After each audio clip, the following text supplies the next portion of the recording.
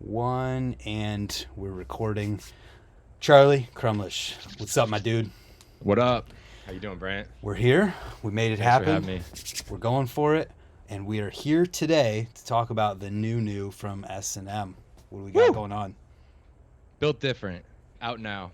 Build Digital different. download. Full-length video with the whole team. It is Special. available. First full length in 5 years, I believe. I didn't count, but I think it's something like that. Yeah. Yeah, I I think. think Hot Dogs was in 2017 or 18. Yeah, 5 years because it was the 30-year party. Yeah, 5 years ago. Yep. And this video has officially broken the internet. Yep. Like- Sorry to anyone who tried to download it over the weekend and couldn't because Dropbox temporarily banned our account for excessive traffic. The link is up and working now. Please, if you could show some love and help support the company, that would be great. Thank you. Yeah, Hope you enjoy it. How crazy is that? You literally broke the internet in Dropbox for this video.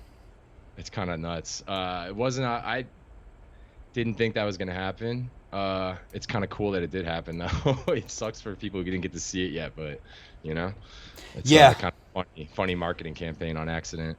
Well, it's kind of almost an exclusivity kind of deal, too, because now the only people who could have seen it already are people who got the digital download and were there Yeah. before it broke. Forced scarcity. Yeah. Accidentally forced scarcity. Yep. That's sick. Yeah. So it's good to go now, and Yep. you can Run it watch up. it. Well, I think we just passed 1 million downloads too. So thank you, Damn. everyone. 1 million. Sick. Maybe No. though. I don't know. I don't have the numbers right now. I think it's close to that though. So what's your role in this whole thing? Woo. I could talk about how I started and how things have ended up here. Yeah. I came in to S&M sort of like rider, primarily, and filmer, secondary, and then we started immediately kind of working on hot dogs. But now the role has changed so much that still riding, still filming, but I do more, talking on the phone to riders or filmers or emailing a lot and just working on like making sure everyone has ideas brewing all the time, team-wise, and kind of just working on something cool that they're stoked on, Nice. Yeah, so this video came together kind of with, I don't even know how many filmers, to be honest with you. I think there's like over 50 that are listed in the credits, just people that are awesome that we work with. And I don't even want to name names because there's so many, but shout out especially to like Colton Knudsen and Stu Johnson, filmed the lion's share of like the submitted footage, like couldn't have done it without those two guys and all the other filmers too. Nice. Yeah, we talked a little bit a minute ago about how COVID actually made this video better and somewhat led to what you're talking about. So, like, can you expand a little bit on that part? Right. Yeah. So before the quarantine and all that shit happened in 2020, we were still doing the traditional BMX media model of, go on a trip, film it, put it on the internet, repeat, and product videos in between whenever. And when everything stopped and we couldn't travel and things were really shut down, we had to kind of develop a system where like, okay, well, like, how can we get footage of riders? Like everybody kind of has a friend they go out and film with and ride. You always, even if they're not identify as a filmer, do they have an iPhone? Can they point it at you? Like that's all right. Those are the bare minimum, like qualifications. So I don't know. We used to worry more about a lot of different things, and now it's really just about getting the riders stoked and out riding and doing something, and then hooking up whoever is pointing the camera at them, and just on a real broad scale. And that's happening in a lot of different places around the world at any given time, so it's just a more efficient kind of a network that we have set up now. Yeah, it's. I mean, when you boil it down, all you really need is the phone, and it's probably almost better to be open to that, and like when the moment happens, the people are okay to use their phone or whatever is available to them, because then 360 camera, whatever. Right, exactly. Bust it out. So we stopped worrying about. I used to be so hung up, like people would be submitting footage and I'd be like, oh dude, it's not the right frame rate, bro. We totally can't even use it, bro. Like this audio is all over the place, bro. But if you throw all of that out, you're gonna get a lot more good footage of your riders if you just forget all the shit I learned going to school for production, you know, all that dumb shit. I mean, you don't forget it because you still filmed.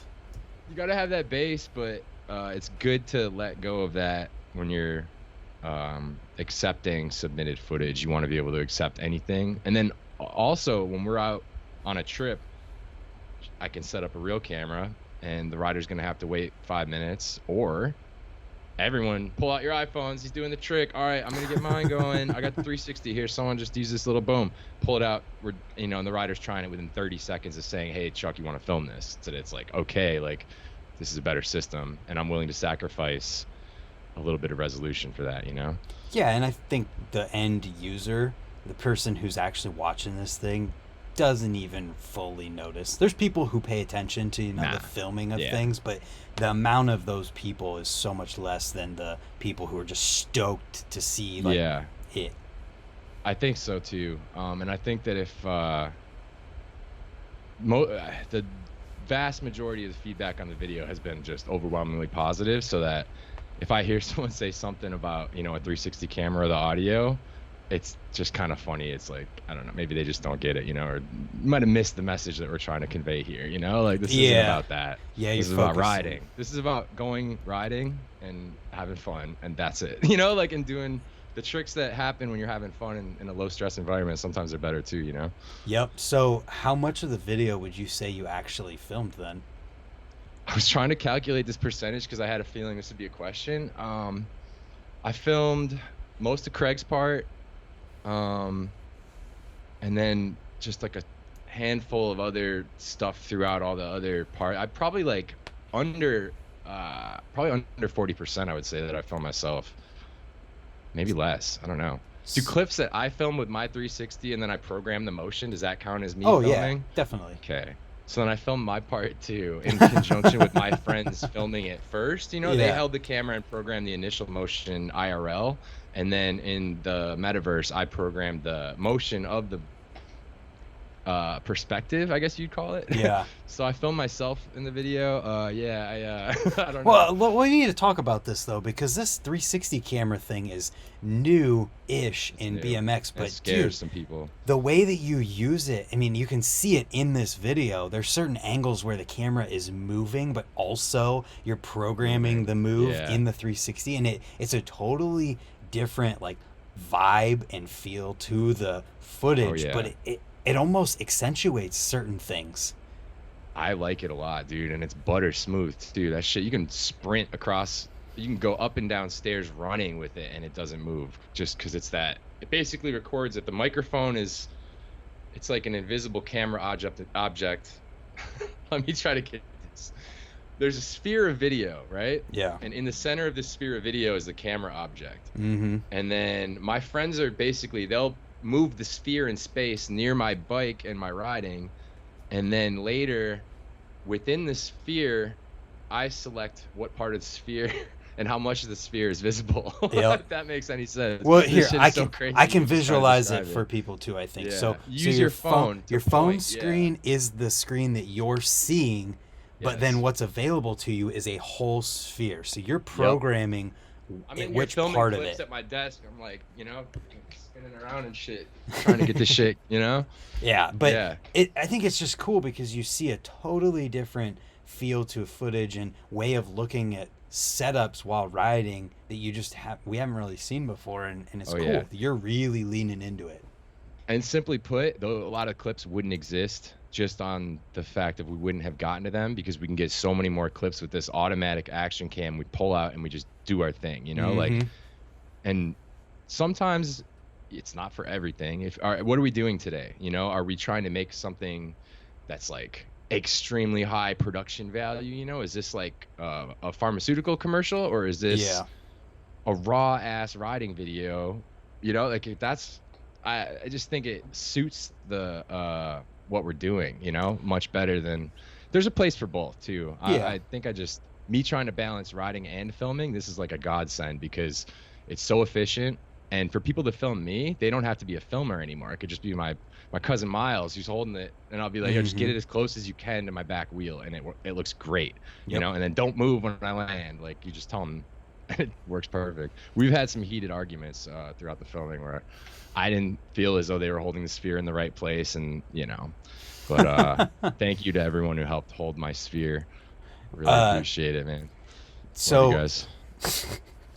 How do you Thank you for holding handle my sphere? My sphere. Thank you. Spherical. How do you handle getting clips from so many different people?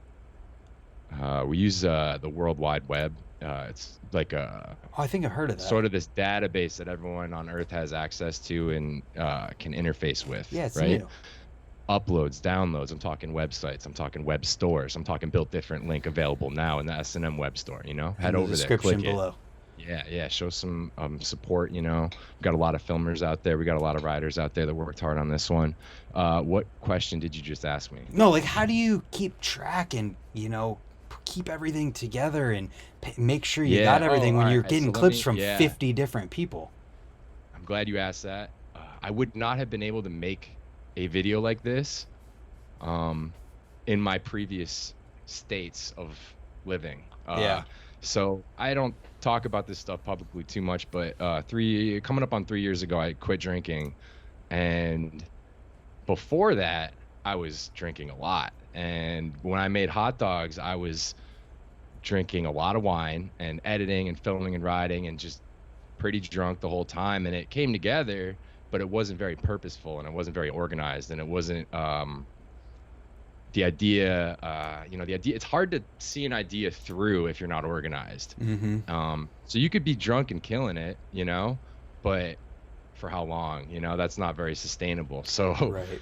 This video, I think if I was trying to make a video like this that required this level of organization, of like people are sending me files weekly for this video project all year, and putting those into folders, making sure that they're all titled something where I can look it up quick and easy, using systems where, if a clip gets lost or something, there's a lot of ways to look for it. You could use the Finder and the dates and the emails that you have. WeTransfer keeps the file names. So building these systems behind the scenes of like organization would not have happened without that. And I just want to say that to anyone out there that is drinking heavy and finding your life tough to manage, I think that exploring the idea of maybe just less of it could be good. And I have no problem with alcohol. I think it's, for some people it works great, but this is just for people who feel, like sometimes like frustrated or, like you're stuck in a loop or something like that. You can't break through. It's a lot of times alcohol keep you in that loop, of complacency. Yeah, man. Yeah. So do you feel like it affected the actual like editing vision and process of things too?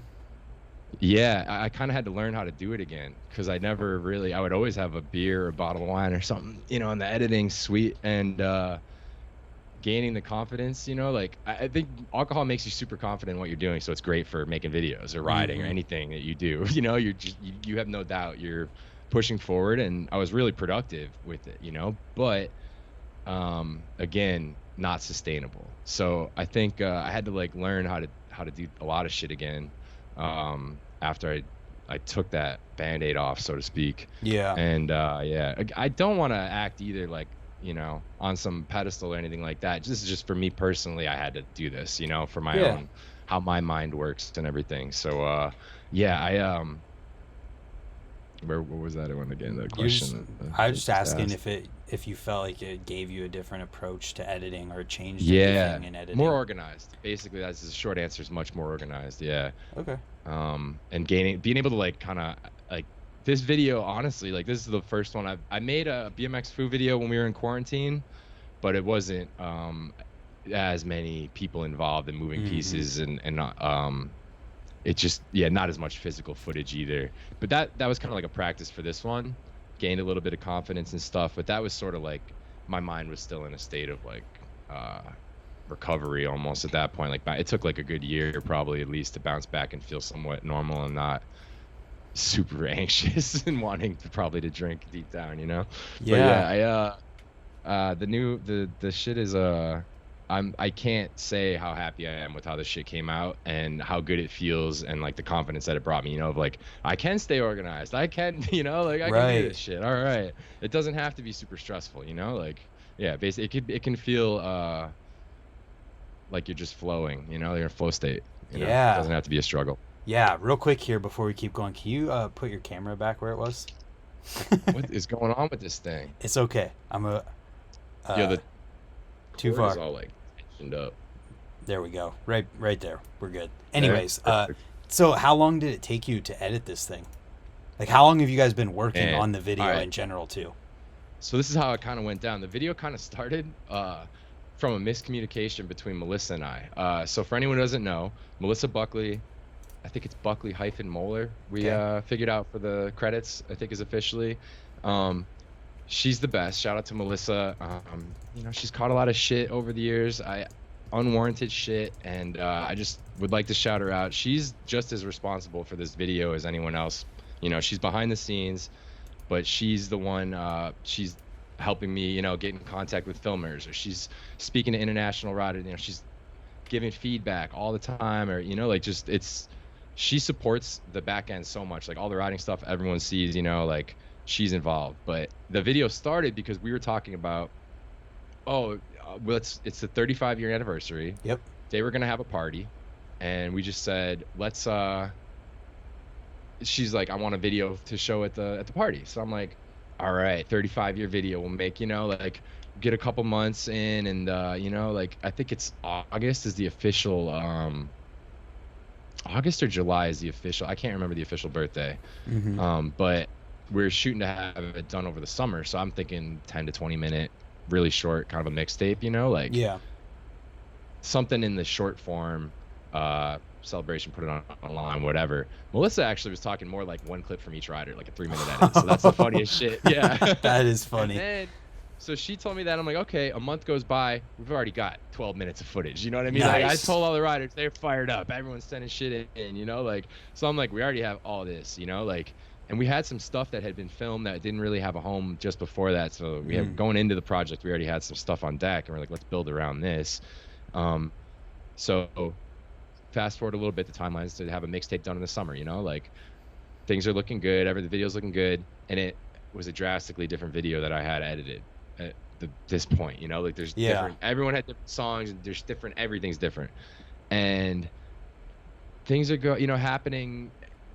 They're rolling, you know, like more footage is coming in, and it's great, and more riders are getting involved, and more filmers want to get involved, and everyone is just kind of like pitching in, you know. And so we're like, we don't want to put the brakes on this now. This is like kind of have ourselves a video here, you know. Yeah. And then we did a few trips, low key, like just kind of low key. Like I drove down to Pittsburgh, like we did some stuff in Seattle, like just little stuff to give it a little extra push toward the end. But man, it was just came together like it was a different thing, like 4 different times, you know, like, and then it morphed again, like, and then at this point, maybe in September, I think we were gonna try to premiere it, and then it was like, no, it's too good, like we're almost there, like we just need a few more clips of a few more people. And then we ended up they did the Colorado video with all that stuff at the 35-year party, so that ended up bumping it into December instead of November. So I was getting footage submitted up until like the day before the premieres, probably, like getting the shit done. Like I think I uploaded the final file on Thursday or Friday before the premieres. Wow. And I was putting clips in the video that day, you know, like the people had just got in, like one of the filmers was having a baby with his wife, and like the riders, I'm like telling the rider, like, I'm waiting for you, man. Don't worry, we got this. I'm just gonna, he's having the baby out. Like I'm trying to get him to send it, you know, and it's just coming at the last minute. And congratulations to Tim Story and his partner. They just welcomed the little baby. Thanks for sending those clips from the delivery room on your iPhone, man. That was awesome. Yeah. I mean, that's about as organic as it can get for a video being made. Yeah. I mean, I don't know if it was a natural birth, if they had an epidural or what. Yeah, not sure. Oh, Jesus, that's funny. How many times you watch this video? Put a number on it. My God. Like, every one of these songs, I know every lyric to every every track in the song. I'm noticing hi-hats in the background where I never noticed them before. I never knew there was a tambourine, you know, track on this one. Like, if I had to put a number, man, probably over like, dude, it's weird because like a cumulative view. Are you talking about how many hours? You know, it's like, No, just how many times did you watch the whew. video all the way through? All right, so like from beginning to end, Yeah. not that many, dude. Because like I'm working on so many different little things. This is like one of the most frustrating aspects of it is like you only have so much time. Uh-huh. So I'm making a video that's 53 minutes long. To watch that back is an hour, you Yep. know? So that's an hour that I could have been probably tightened up. Like I still have a to-do list up here on the board and I'm just looking like that's probably an hour's worth. I got 4 things listed that I got to cross off. It'll feel good to cross it off because I've just been busy. I haven't had time to cross it off. But yeah, like something like that I could get done in an hour. I could fix a Yeah. bunch of different things that I could do. So it's almost better to like, I'm looking at it on a micro level the whole time. And then, every time I think I'm done, I'll export it, watch it back, Mm-hmm. be like, okay, tighten up, crone volume up, Hoder volume down. Like those are just examples, little shorthand notes I'll put in, or like Chris Child's 180 volume down, or like wind noise beginning of X clip turn down. Yep. And you just watch it. Like I'll watch it. I think I watched it maybe like the final product. I didn't watch it until this past week before, like when I had everything in there. Uh-huh. I watched it 5 times, maybe, just to make Wow. sure. Yeah, like the whole thing probably 5 times. It only like, just because that's 5 hours. That's almost like, Right. half a work day. That's like, I could have gotten 2 parts polished up and ready to go, working on like that micro level of watching it, 1 frame at a time and making sure everything's dialed. Right. So essentially you're taking the building blocks that are the parts, polishing them up, and then building the tower that is the video so that when you get Yeah. all of the parts polished, you know that the video is done Yep. because all the parts are polished and done beforehand. You would think so. You would think so. Yeah, well then Yeah. you watch it In and theory, right? Yeah, so that's how it works. Basically, what you're describing. So the workflow goes something like filmer sends me clips or I film clips. Mhm. Clips go in folders, and then I use Adobe Premiere to edit. Yep. Open up Adobe project files. Usually those are like, it'll say Joe Simpson S&M 35, or it'll say Craig Passero S&M. They're all kind of, organized the same. Those folders pull from there. You make the parts, and then you export those lossless, and then you reassemble into another timeline. Boom, boom, boom, boom, boom, exactly like you're describing. Yep. And you figure out which, kind of do the track order a little bit. Thanks to Ben Silver, he gave me a lot of valuable input. Because sometimes, like, you get too deep into it and you can't really. I'm like, I don't know what song really will hit where, and you think overthinking it. So it's Yeah. good to bring in like a lot of other people to help you watch it. Like me personally, I probably watched it back, like I said, 5 times, and at that same time though, I had like 15 team riders all watching it that were noticing little things too, like, and I assembled all the blocks like think I've got everything together. I export it. Craig's song just got magically muted. No idea how. You look in the Premiere file, like it's not muted. The track's enabled. The song is there. The waveform's there. There's no reason why this should not have exported, but it just did it. Yeah. And then fix that. Export it again. Mike Stahl's name is Dave Crone. Oh And I my. didn't notice that shit. I was kind of like, I'm not gonna watch the title part of it. I'm like, I know the title's coming up, so I'll probably glance and take a note. I look back up and I'm like, okay, I think everything's good. And Kareem texts me like, why does Stahl's name say Dave Crone? I'm like, oh. Like, there's no reason why that should happen, but I think it was a save state thing on the back. Like, you got Photoshop files that are linked into the Premiere timeline, and I think one of those I hit save on Crohn's when it was Oh yeah. before I changed it instead of after. You go change save, change Yep. save, change save. I do that all the Yeah. time. You know what I'm talking about. Yeah. Just listen and know what we're talking about. And I'm sure, in a month when you get over like the whew, finally it's done feeling, you watch Yeah. it again and be like, oh, damn it. Yeah, There's like, this small little thing that no one will notice, but you're like, yeah, dang it. and you don't feel relief. I still don't really. I feel a bit of relief today, but like, not really. Do you want It's to not. check it off? Do you want to check it off live right Yeah, now? let's erase them. Ready? Oh my God. There, he's doing it right now. Trailer's done. Gym Yes. is done. What else we got? Yeah, dude. Uh-huh. This might help you feel better Boom, about it. boom, boom. Yeah. Some of these didn't even get done. They just got abandoned too. Hey, that happens. That's But they part weren't of the important. process. They were not important changes. Uh, There were other changes that were more important. Because sometimes you could change too much shit. You start overthinking the shit. You go nuts in the booth, you know, editing these videos. Some people really lose their minds doing this shit. yeah, that's why you save Myself multiple. included. You know, Yeah. you copy and paste your sequences so you can go back. Yeah.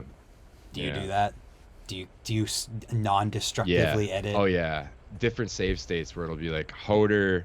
The first one's like, you know, normal format of like Hoder 35 year, but then it'll be Hoder 35 year Redux, Hoder 35 year Prodigy song, which Yep. is he had a Prodigy song in his part first, but then we switched to the song that it is now. That is the only song that it could be. Oh, Honestly. hearing it, It yeah. could not have been any other song. The Prodigy Nope. song will come in the future because that shit hit too. It was hard as fuck, but it had to be this song for this project. Just being placed where it was in the video, that song, Had the to way it builds up and the way that the song ends, it's too good. Goosebumps. Thank you, man. I fucking love that shit.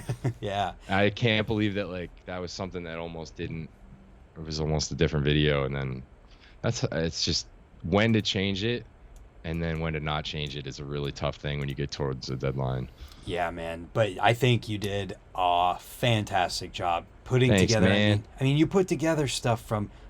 I wouldn't think that it's exaggerating to say 50 different people touch cameras to make this video happen, and Easily, the video yeah. it's 53 minutes long. Like, it's not easy to do this at all, and you nailed it. Thank you, man. It feels. See, I felt a little bit of relief right there when you said that. Thanks, dude. That felt Yeah. good. Well, I mean, here I'll give you even. I'm still setting in that it's done, kind of, you know. Yeah, well, I can give you even more. So right before Yeah, do it. we recorded Just make here. a whole podcast. This, yeah. Go Yeah, on. let's just validate Charlie here so we can It's feel good. ASMR validation video for Charlie. So Charlie, he did a really, really good job. No, but what I'm getting at is that you sent me what I watched probably last week to whenever that was like a non-finished version, and then right before we Totally different. well, that was what I was Bunch of it's getting at different. is Yeah. whenever I clicked through and watched a bunch of the final one just now before we did this, I noticed so many polished things, and it felt like a whole nother level of video. It had to be. Yeah, it's like you can make a brick wall, but with no mortar, what the fuck is that shit? You know, you got to get that shit lined up nice and even. Yeah. That mortar goes last because everything else has to be in place almost. Like it's not like building a brick wall, because it's like you get the chunks done first, and then you do the little shit. You do the little polishing and fixing. It's like a sanding. tile floor. You More don't like put a the tile stuff in floor, till it's done. Yeah, or like a coffee table, like a wooden table where you have to buff it. It's more like a tile floor or a coffee table. Yeah. And it is not like a brick wall. Right. So we're talking about putting this thing together. Yeah. What was your kind of vision? And we talked about themes with this.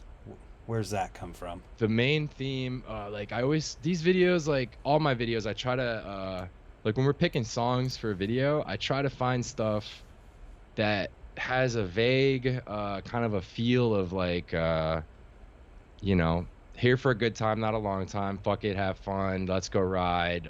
Don't worry. You know, family, teamwork, like just rough ideas like that. You know, like the song in Moeller's part. Moeller picked that song, and it's perfect because it's talking about basically like, I just want to take me to the rodeo, man. Like, fuck this shit, you know? Like, I am a cowboy. I want to go fucking ride. And the main thing, if anyone takes anything away from the video, I want it to be like motivation to go ride and possibly even create something similar with your friends, you know? Like, to me, there's nothing better and there's nothing that has changed my life more dramatically than just being out with my friends riding and having fun, you know? Like, Yeah. we can talk about it all day, and talking about it's good too, but just being in the state of biking is the important thing, you know, at all costs, no matter what's going on in your life. You know, Absolutely. return to that state, get that mental recharge that you need, that we all need. We're all wired for it, you know, like that's the most important thing. So I'm trying to think of examples in other songs, like Chris's song, I'm going off the rails on a crazy train. That's simple. That's Yeah. like, I we all mean, feel he that is. way. And Yeah. what do you go ride, man? I'm fucking can't take this shit anymore. I'm going fucking riding, you know? Like, Yep. so you might not be aware of all that shit when you watch it, but I think, like, you know, songs hit you in a certain way and the riding hits you in a certain way, and by the end of it, hopefully you feel like you want to go, and the intended result is to go ride. Yeah, you and know? it's cool that you're Yeah. thinking about things that way when you're putting it together. It's awesome. It's weird because I didn't used to, but when I go back and watch the videos, like, I get the same thing, you know? Like, I wasn't conscious of it when I watched, like, you know, the old BMX Foo videos, you know, like Foo 2, Foo 4, Foo 4, Guy Stuff, Foo 5, when I'm playing Dave, you know? Yeah. Maybe I'm just watching LSD riders, you know? Like, I try to keep in mind, like, fuck, I was using all my props and I lost my train of thought, bro. What were we talking It's about? okay. We're just talking about having intentional thought process behind things. All right, so as I've grown up, I noticed that in my old videos, but as I've grown up and become more conscious of it, and I learned more about, like, I'm like a film nerd, primarily. Like, since I grew up, I've wanted to be I wanted to be a movie director when I was a little kid, you know? Like, I wanted to be like, so I've always kind of, like, when I watch a movie or whatever, you know that, like, writers and directors and cinematographers and actors and everyone, they bring stuff to the table from their personal lives, you know? And it's that passion that sort of, like, injects itself into the final product, you know? And this project is no different. Every rider has their own story. Everyone comes from a different crew. Everybody has gotten to this same place from a different road, and that's another message, you know? Like, there's an infinite number of paths you can take to get to where you want to go, you know? Like, it's just go ride, you know, and it'll work itself out. Absolutely. Yeah.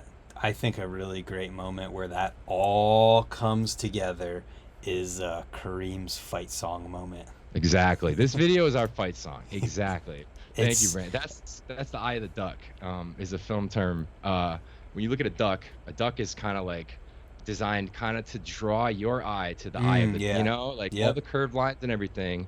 Yep. So when a movie hits that scene, it's the eye of the duck. And I think you might be right that Kareem fight song, that might be the eye of this duck. Oh, it was just so perfect the way everything came together, and then the way you put the song in there, and just it was good. Behind the scenes too, Kareem is someone who I feel like, this might be behind the scenes, he deals with a lot of disrespect sometimes, of like, you don't really ride that much, or you're not people don't take him serious maybe on a riding level, right? So that's why I wanted to make sure he had a motherfucker, I'm here, you know? I do this shit kind of thing, you know? Like, just because he deserves it. Kareem is so good at everything he does, man. Well, he goes and big. I think that sometimes, like, we joke around, but you know, it's hard to explain. Even when we're playing around, we ain't playing around, you know what I'm saying, dog? Like, I don't know, it's like, it's joking and it's passion at the same time. Just because it's a joke doesn't mean our hearts aren't here, you know? Yeah. I guess that's kind of it.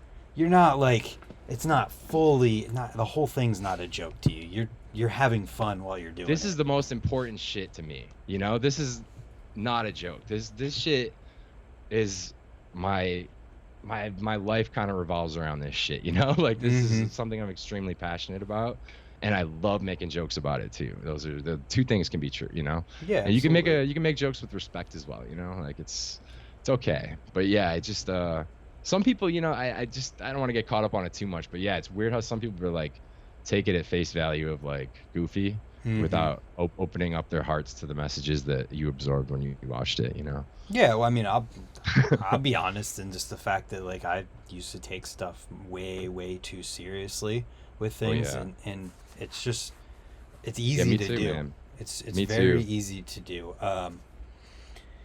But on that note too, talking about Kareem and people maybe not thinking he rides a ton and all that stuff, there are so many people in this video that you don't see a lot of stuff from who absolutely throw down in here. And I think part of that comes from how you approached making the video, getting clips from anybody rather than you have to be there. And then that makes it easier for them to be in the moment and get things filmed, and I noticed that when I was clicking through. I was like, damn, there's so many people that we don't see a lot of stuff from in here.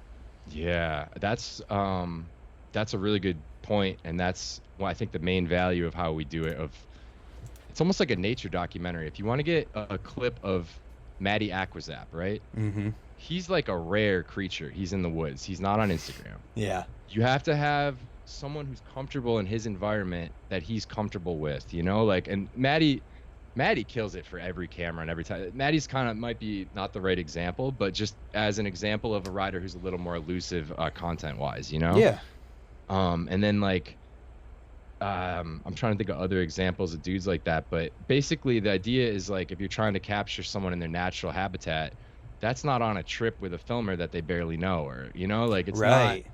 You want the first and foremost, if you're trying to convey this message of like like go ride and have fun with your friends and be happy and stuff. If you're stressed out on a fucking trip for 10 days, like throwing your bike and shit, that's not really your natural environment, Right. Like, Well, it's kind of forcing I've been on great trips and I've been on really stressful trips too, that's not, trips are bad. This is a very nuanced thing that we're dealing with here, but yeah. I think that riders perform best when they're comfortable and in their own environment, and Mm-hmm. some guys wanted to go places and film shit and we supported that too, like, but we basically put the ball in their court and started brainstorming, and exactly what you said, like if someone's happy, it comes through in the footage, and if someone's not, that comes through in the footage too. Right. Yeah, and that's a great manifestation of that idea of what you're saying, of just capturing somebody in their element and making people want to go ride, rather than this environment where it's like we are here to ride and we only can ride what is available to us. And big credit to Chris Moeller, because that's been kind of the S&M mantra the entire time, like I've worked for companies before where they wouldn't accept X clip from X, like Mm-hmm. it wasn't good enough or it didn't look right, or like, so to work for someone who sees the bigger picture is fucking amazing. And man, yeah, thanks to Moeller for everything. That dude he's a G. Yeah, and he even talked about that whenever we did our podcast recently.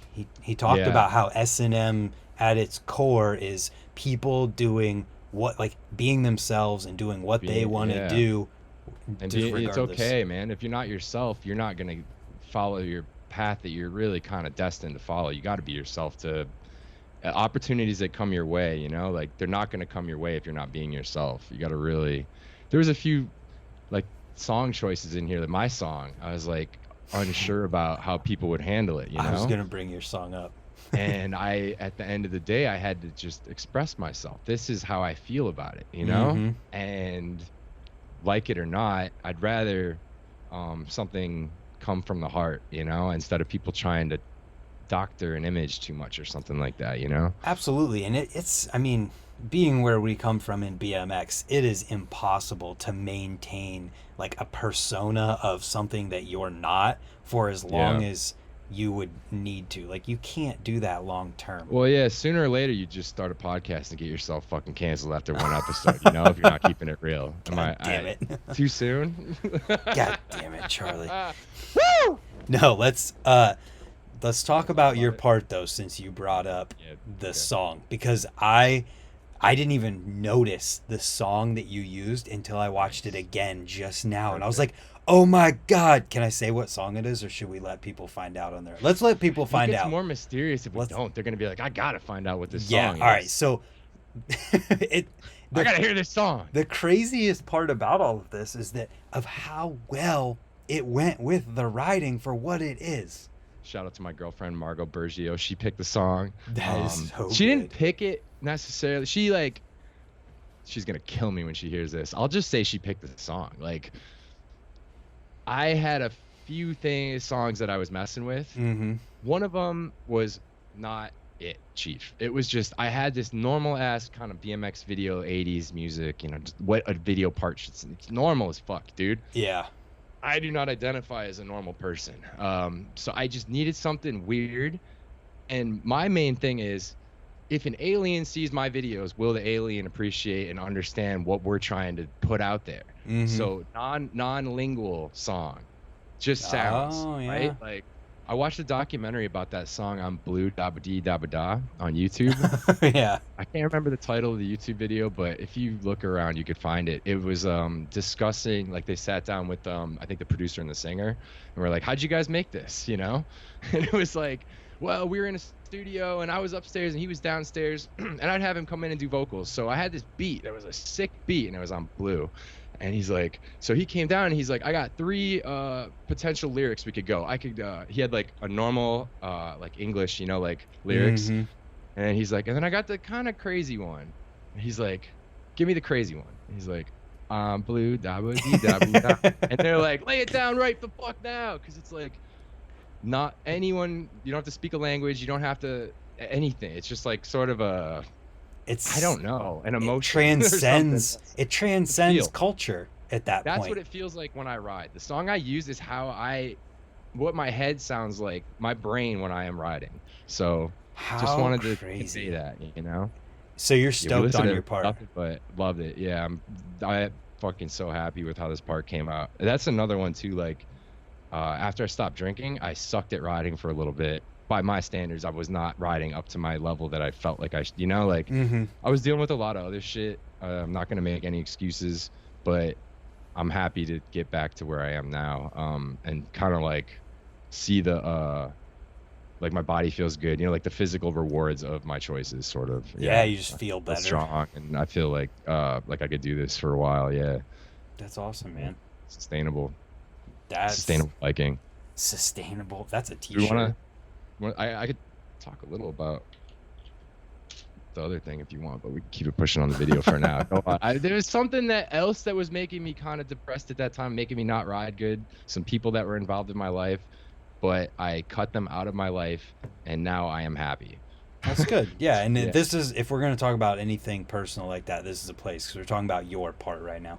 Yeah, so I was talking about how everyone is at a personal journey with this video, you know, like for Mike Hoder, like journey, a lot of us first saw Mike in the Facade video, you know, so sonically I wanted to tie that to represent Mike's journey, you know, like and then likewise going back to my personal journey, a lot of up and downs and a lot of things happened, but I just tried to stay true to, like, you know, what I felt was right or what I felt like I should be doing. And I almost just said the name of the song. The song in my part is a celebration of that, you know, the journey and the continuation of the journey. This is not the end of the journey, you know, like the important thing with this whole message of like go riding and be riding and be in the state of biking. It's like, don't worry about the journey, you know, like the destination. Yeah, it's like there's no destination, just enjoy the journey. Well, I mean, you have probably about 100 other skateland, roller skating joint songs that you can use. Love that shit. Do you think it's because I grew up going to birthday parties at roller rinks that I like this form of music so much? I don't know, because literally everyone did that. It speaks to me on a deep primal level. Hey, I get it. Liver King. I follow the 9 ancestral tenets. Is that how you got here? This is how we made the video. We used the 9 ancestral tenets. Basically translated into bike video. I get it. So you're going out sunning your balls and stuff. For the most part, we don't do that, but I can't come on here and say that none of the team riders are out there doing that, right? Oh, okay. I don't know. I'm not going to just come on a podcast and just talk crazy about something that I know nothing about, right? Like, and make insane assumptions about people, you know? Like other people that might have recently, you know, like I just don't want to do that. So you're not on steroids? No. Oh. I would be open to experimenting for a YouTube video, maybe like I did steroids and rode BMX for 6 months. Here are the results, or something, you know, like I tracked my half bunny hop height while I did 3 trials of HGH. Nah, I don't really want to do steroids. So hold on, let me get my brand on real quick. Okay, here. So we're gonna do that. I'll take a sip too. Let's have a good sip together, shall we? Just so everybody knows, I am fully open to sponsorship of this area of my water bottle for my podcast. And I'm also open to sponsorship, beef jerky or otherwise, on any part of my body or bike Beef jerky. or So, car or home. so talking about trust in everything that we just said. Big trust in this video, man. Well, that's the whole thing of like I had written down here before you even mentioned the trust concept that like S&M is a legendary company. They've been around for 35 years. So like, how serious do you take putting together a video like this for them? Unbelievably serious and I feel unbelievably honored, to the point where often while I was working on the video, I'm sitting here and I can't fucking believe what I'm doing. You know, like I've got Chris fucking Doyle on my screen, and he's wearing an S&M shirt, and he's riding an S&M that says Doyle. If I could go back in time and tell me when I was fucking 12 years old watching Square One, Wide Awake Nightmare, rewinding Doyle's part over and over, like, you will be editing a video with this guy in the video, and you're gonna be on the same team as him, and like, Doyle's the tip of the iceberg, dude. Like, everyone in this video you could say that for, you know? Like, well, I wasn't watching videos of Dave Chrome when I was 12 years old, but otherwise, you know, like, I can't believe and I'm so grateful for the amount of trust that was shown to me by all the filmers, all the riders, Chris Moeller, Melissa, everyone involved with this project. And I was, like, I appreciate it so much that everyone was just believing in this idea, and that I would be able to, you know, keep everything organized enough to form a coherent video out of it. And like I said, man, I don't think I could have done this at previous points in my life. You know, I think it had to be like now, you know, like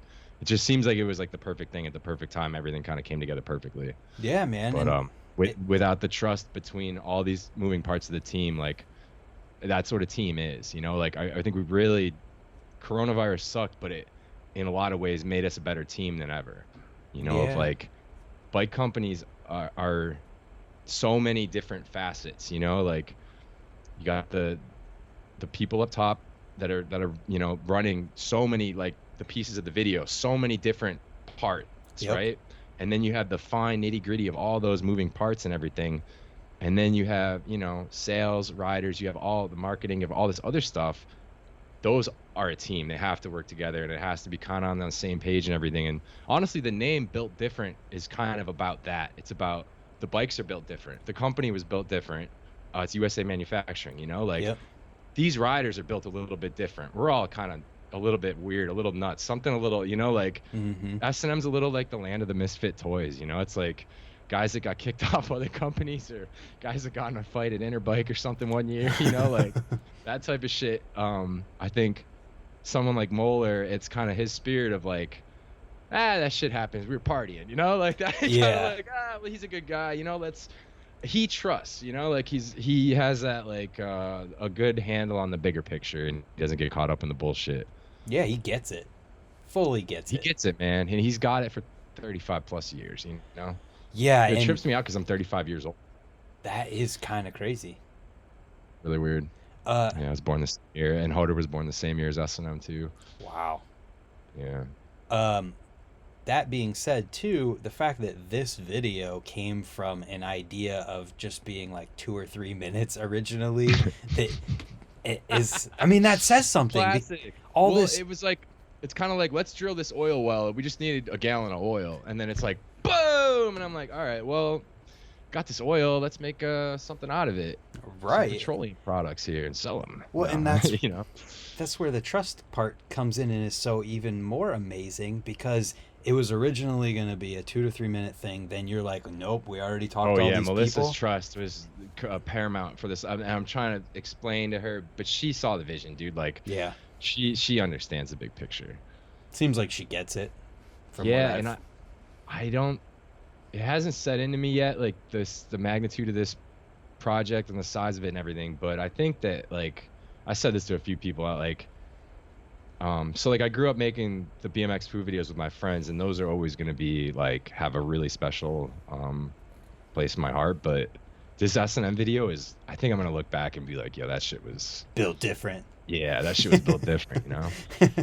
Absolutely. And it really is. I mean, you put it together so well. And what I wanted to also talk in here too about is how well rounded the video is, even in its editing and the writing, because Yeah, you could have put it dude. together differently and it would have felt different, but all of the Younger me would have stuff. done something different too, you know? Like I think I had to learn so much about I just like I studied the game too, like BMX. I went back and watched every S&M video, you know, back to Hmm. back to back. And I just kind of tried to like um I didn't feel like hot dogs. I love hot dogs, but I don't feel like it had some S&M feel, Yeah. but it wasn't a timeless S&M feel. It was like an S&M in this era kind of feel. But I do truly feel like this video has like an outside of time element to it, you know, a timeless element, I just agree. because of how many people got involved and how special it came together, you know. I agree. And my initial response to you after I watched it was that this thing was put together in a way with people, songs, writing, and a title that is going to stand the test of time. People are going to The keep video talking was about built it. different. The way Yep. we put it together was different, you know. Dude, thank you, man. I appreciate all the good words. Yep. I I just I love to making it every fucking second, even when I was stressed out. This is my favorite thing to do. Yeah. Straight up. Straight up. And just hopefully if someone watches this and gets inspired like I did when I watched Doyle when I was a fucking kid, that's perfect. You Yeah, know? man.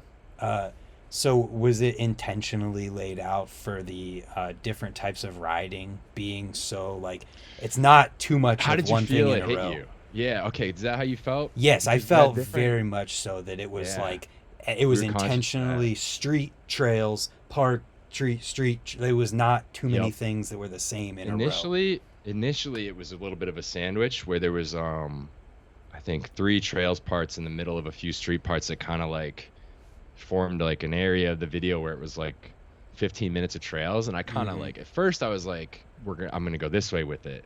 But after I watched it a few times, I felt like, you know, you don't know who's like watching a video and you almost want to kind of keep it rotating to keep them like a boxer with a weird style and he's hitting you weird with his jab and you don't know what the fuck's going on type of thing. You Hmm. know, I'd rather have it be uh not confusing to the point where you don't know what's going on, but confusing enough to where you're interested in it and you're Yeah. like trying to figure it out and what's going on here kind of thing. Yeah, so we messed around with the order of the parts a few times of bouncing between and to be honest, it's trail riding and street riding and it's like they're kind of not that different like in a fucked up way, dude. Like when I was younger, I saw all forms of riding as different things and everything, but I don't. I kind of, the more I grow up and like kind of get interested in things outside of riding, the more I appreciate riding for Hmm. like what it truly is, rather than like what it was for me and my like.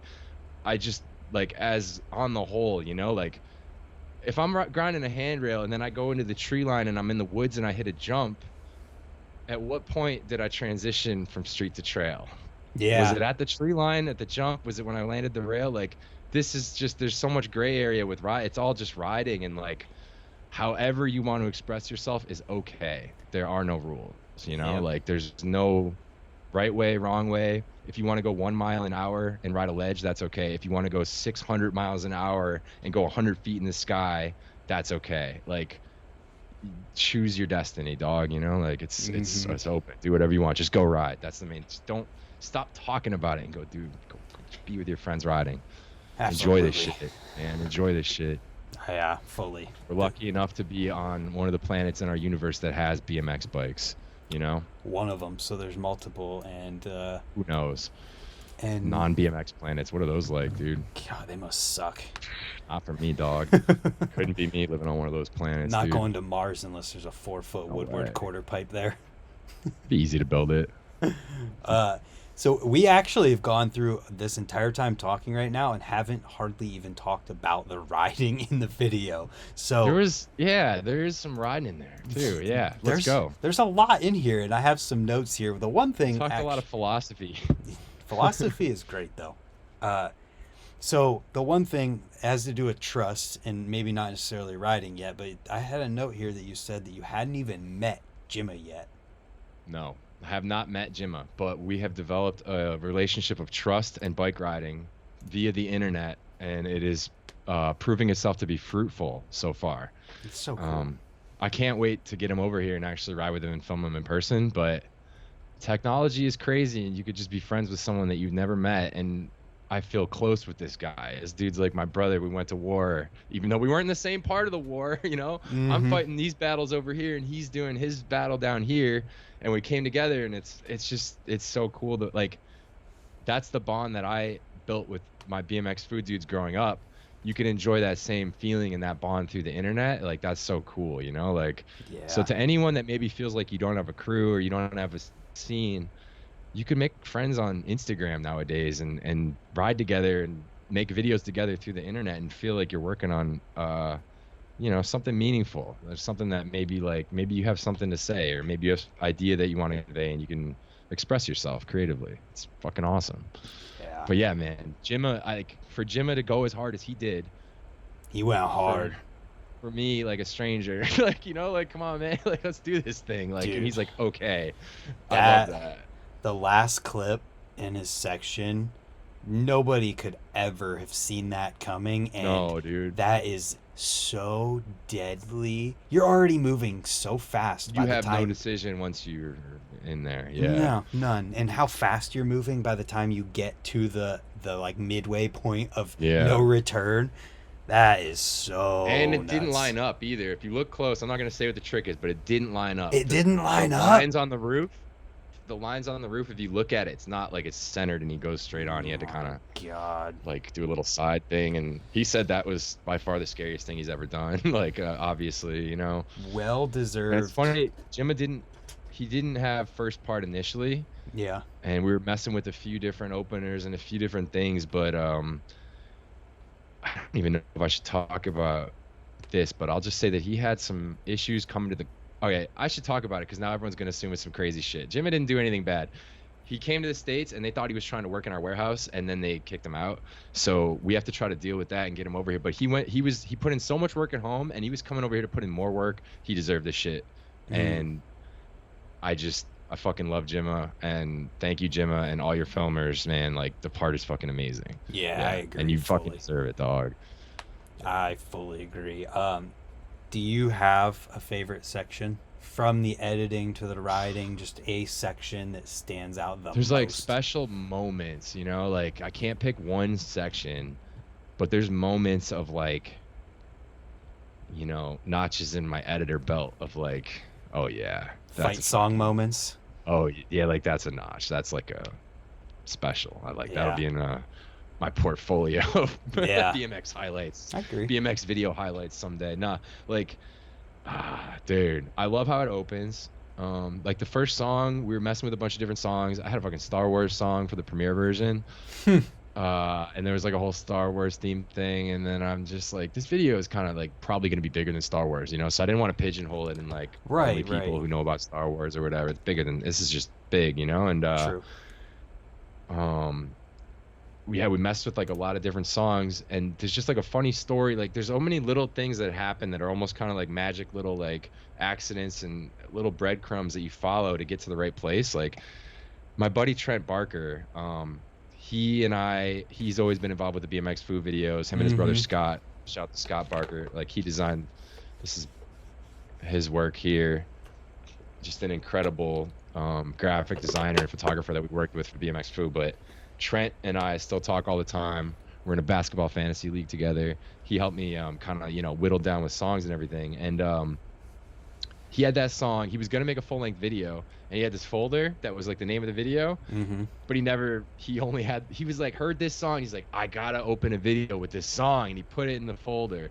And then years later, you know, he never ended up making that video. Yeah. And I was like, dude, I need something to open that's weird and hard and happy and like upbeat, but weird primarily, you know, like something that people don't know, but it sounds like you know it, but you don't. And like, it's such a weird, and to go with the way the graphics were, it needed a spot at the end where it was kind of like ba ba ba ba ba, you know, like it has those like tribal drums in it or whatever. So that song was like, he had it, and then it made its way magically to, like, it just sort of was like needed to be the thing for the thing that ended up happening. There's just so many happy little fucking accidents like that I can't pick like one part, but like moments like that, moments like Kareem fight song. That's fair. The Mr. Let's Paint, the treadmill Yeah, man. that guy's. I have always used his samples in videos. I'm not going to give away too much, but there is a custom clip that he shot specifically for this video in this video. So sick. So that's another like little notch of like, I've used, you know, this guy's shit for so long, and now we got him in here and he's stoked, and you know, like he's a part now. He was with the vision, you know, like he was on our wavelength of like, go out, have fun, make cool shit, and he's like, yep, down, yep, here you go, no money, don't worry about it, you know, like. That's and I'm like, so okay, sick. I'll make you an intro for your channel, you know, like we just made a trade, and he's like, it's just like, that's kind of that like be yourself, and you know, you I don't want to say attract, because that law of attraction shit is kind of fucking toxic sometimes, you know what I mean? Like people saying you can just attract whatever you want. That's not how it works. You got to be real, you got to be yourself, and things will maybe come your way, but you can't make them come your way, you know. But just the fact that like he you know, kind of vibed with us on that, because all of our hearts are in the right place. That's what he's doing too, you know. He's just creating with no destination, purely to be in the state of creation. An artist, a real artist. He is a real artist. You want to see something cool actually that he sent me, dude? I saw it in your story. Show it. How cool. This is the official Embrace Failure. Embrace Failure, spelled wrong. Signed by the man himself. This is my prized possession. These cost me $14 on his Etsy store. So if you're a fan of Mr. Let's Paint, his Etsy link is in his bio. And he's a great dude. There it is. Yeah. He's going to be sold out. Him and his motivational techniques of his main mantra is embrace failure, create, don't stop when you fail, keep going, don't worry about it. Like, why would you fucking worry about it? Don't let it stop you, keep going. Like, things don't always work out, but we keep trying, you know. Like, I just putting yourself in the state, not worrying about what the end result's going to be, keeping it a buck, you know, keeping it 100, true to the heart. Hopefully everything else sorts itself out. That's pretty much it, you know. That is, and it does, you know. Yeah, that is being an artist in its purest form. Yeah, try to treat others with respect, with love. Do your thing. That's it. Yeah, try to be a positive in this universe that we're in, man, instead of pointing out too many motherfuckers out here pointing out what they don't like about shit, you know. True. Very true. And I just pointed out something I don't like about shit. You know what I mean? Yeah, but you're trying to be the example of the change. Yeah, I think if we just enjoy the gifts that we have here on Earth, man, the BMX bikes and each other, you know, that's it. Yep. I'm not gonna lie, I'm not really aware of the Mr. Let's Paint. So can you give me just like a 30-second of like who and what he does? Yeah, he has a YouTube channel.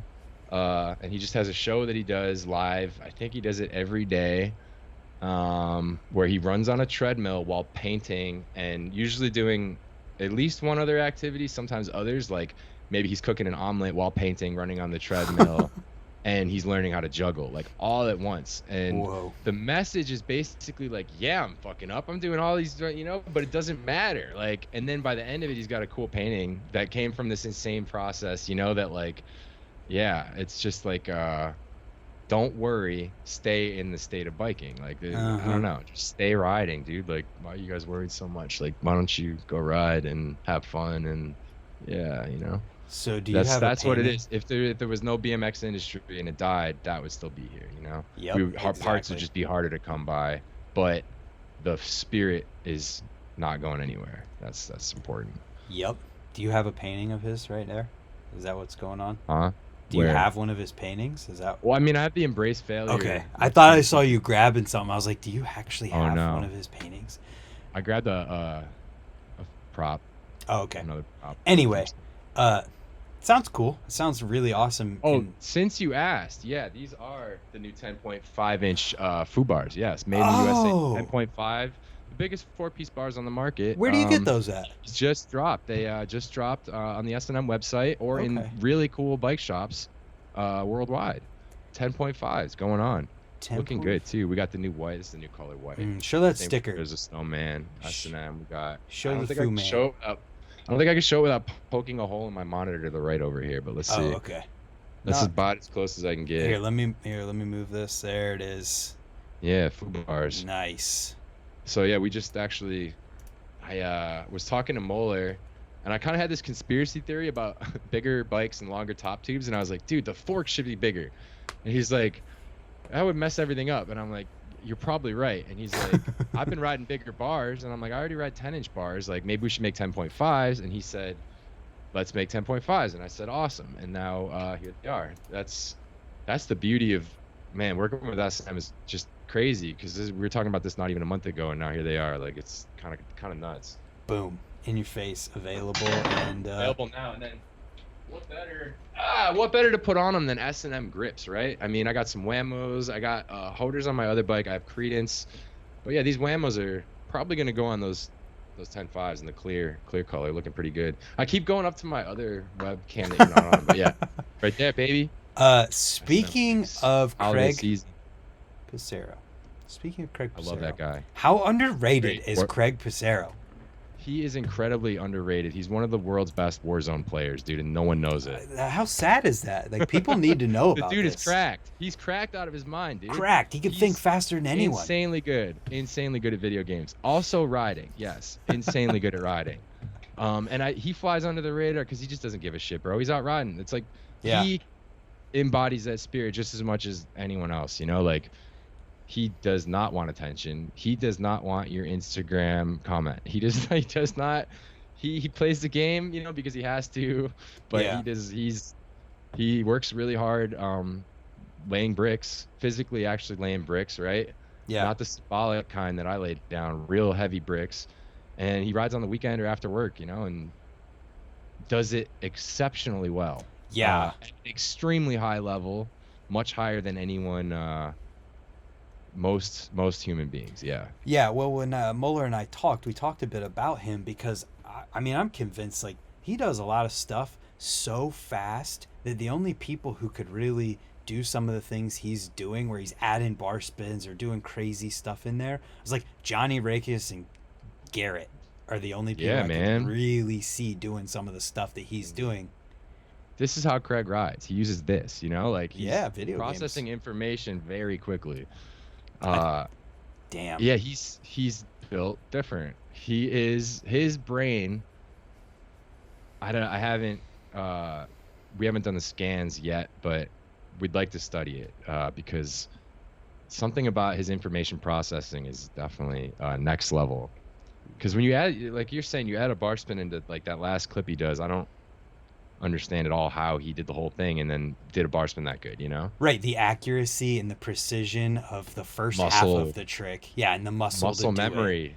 Muscle memory, trying that over and over to get to the right spot, and then knowing, like, I think muscle memory is like, I don't know what quantifies it in the human body, but I feel like everyone I know that's like really good at riding, they're like have a really solid muscle memory, you know? Like, I think it's an awareness of where you are in space with your bike. Body, spatial awareness and shit. Yep.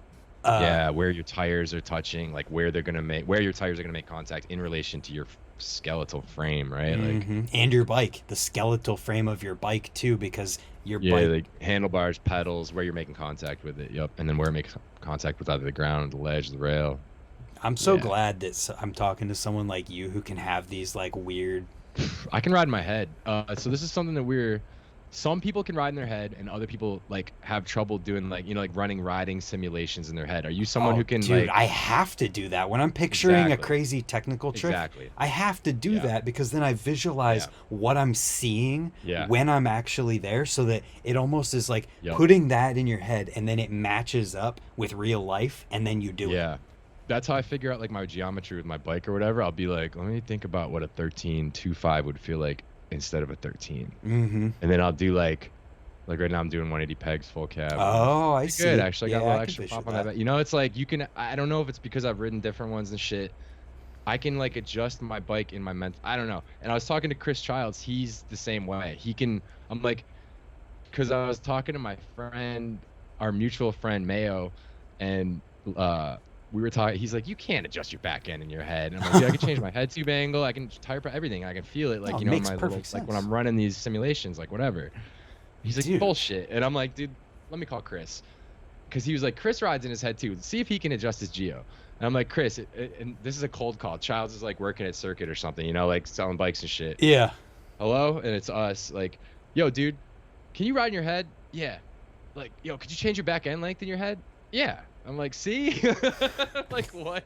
It's such a weird thing to talk about, because like only a percentage of bike riders really kind of, I think like this, right? Dude. So then on the whole, not many people are going to have this sort of thing in common, like mental riding. Is this when I was in high school, I rode in my head 100% of my high school career. Dude, I was riding in my head. I think we just caught on to what makes somebody reach a certain level in it in general. Like, holy cow. This is something like changing geometry is something I've never thought about in this, because I've ridden a sound well, I've ridden a sound wave since 2015. I have like, it is what it is. I've never even thought about changing geometry. That's kind of cool. That's kind of dope though, because then that's out of the equation, right? I guess. Like, in my biking equation, I had this geo kind of changing, so you don't have like a control for the experiment, you know? Like, so it's mine's a little more mad scientist, yours is a little more like scientific method, you know? Whoa, and damn, if that doesn't describe my riding and me, that is crazy, because I'm literally, I have my constant, that is 5-tap. Okay, I want to do a 5-tap candy bar foot plant saran wrap. What do we got? You work your way up to it? Yeah. Yeah, when I go to the warehouse, I'll have tricks I have to do, but I don't do them in any particular order. You know, like I got to do a 540 Hurricane, and that's usually like on the bank to block. I got to do that early, just because that's, I don't know about you, but a 540 Hurricane is kind of a measure of how good I'm going to ride that day. Like, do I land it first try? Like, if you land it first try, you're probably going to have a pretty good day. Yeah. If it's a good one first try, you're going to have a great day, you know? And if you don't land it, that's okay. It doesn't mean you're going to have a bad day. But if it's, you know, because it's kind of a little bit more of a technical warm-up trick, you know? Like, so you're kind of like, okay. And then the one I was saying are the 180 pegs.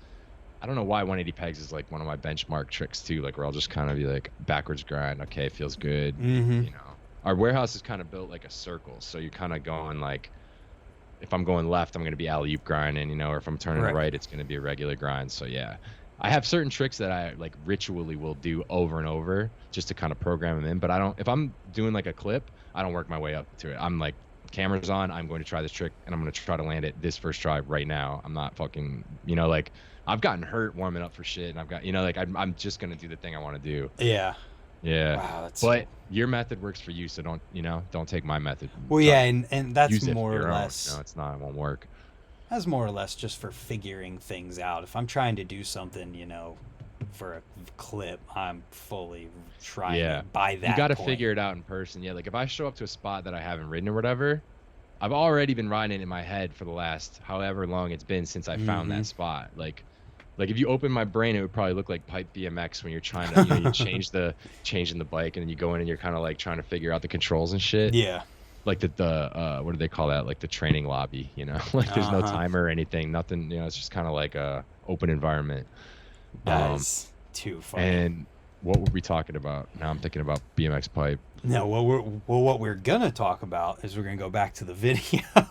And No. We were on riding and tech riding and shit. And I kind of was digging it. Hold on. We were talking about ritual tricks, approaches for tricks, right? And then we talked about riding in your head and changing geometry, and you were talking about hurricanes being a warm-up trick. Back to Craig, right?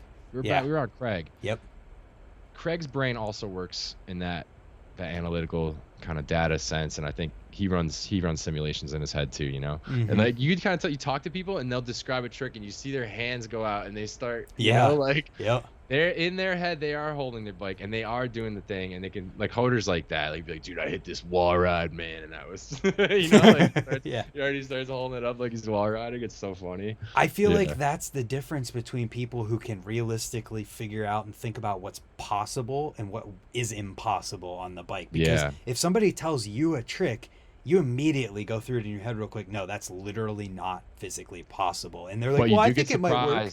Get surprised sometimes. Sometimes, yes. Where there is that impossible, like pegs over hard 180 was sort of impossible. It seemed impossible for a while, you know, like back in the early 2000s, that would have been like a shocking thing to do, you know, but people do it every video part now. I literally did 5 years ago pegs up hard 180 over to a three tap on an A-frame. That's what I'm saying. And you kind of like, if you had been told that 10 years earlier, were you riding 10 years before that? Probably not, huh? Yes.